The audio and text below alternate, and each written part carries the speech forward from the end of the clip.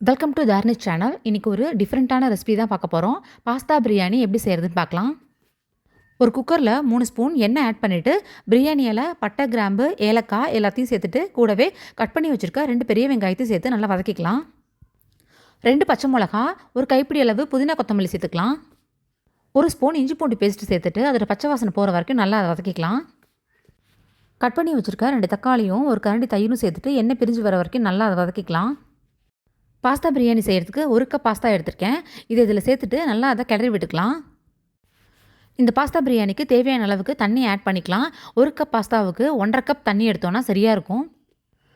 மிளகாய் தூள், பிரியாணி மசாலா, உப்பு இதெல்லாம் தேவையான அளவுக்கு சேர்த்துக்கலாம். உங்களுக்கு தேவைப்பட்டால் நீங்கள் கரம் மசாலாவும் சேர்த்துக்கலாம். கடைசியாக இதில் பாதி லெமனோட ஜூஸ் சேர்த்துட்டு நல்லா கிளறி விட்டுட்டு குக்கரை மூடி ஹை ஃப்ளேமில் 3 விசில் வச்சு எடுத்துக்கலாம். இப்போ எப்படி இருக்குன்னு ஓப்பன் பண்ணி பார்க்கலாம். பாருங்கள், பாஸ்தா பிரியாணி சூப்பராக ரெடி ஆகிடுச்சு. இந்த மாதிரி செஞ்சு கொடுத்தீங்கன்னா உங்கள் குழந்தைங்க ரொம்ப விரும்பி சாப்பிடுவாங்க. குழந்தைங்களுக்கு மட்டும் இல்லை, இந்த பிரியாணி நமக்குமே ரொம்ப பிடிக்கும். இந்த வீடியோ உங்களுக்கு பிடிச்சிருந்ததுன்னா லைக் பண்ணிக்கோங்க. உங்கள் ஃப்ரெண்ட்ஸுக்கும் ஷேர் பண்ணுங்கள். மறக்காமல் சேனலை சப்ஸ்கிரைப் பண்ணிக்கோங்க.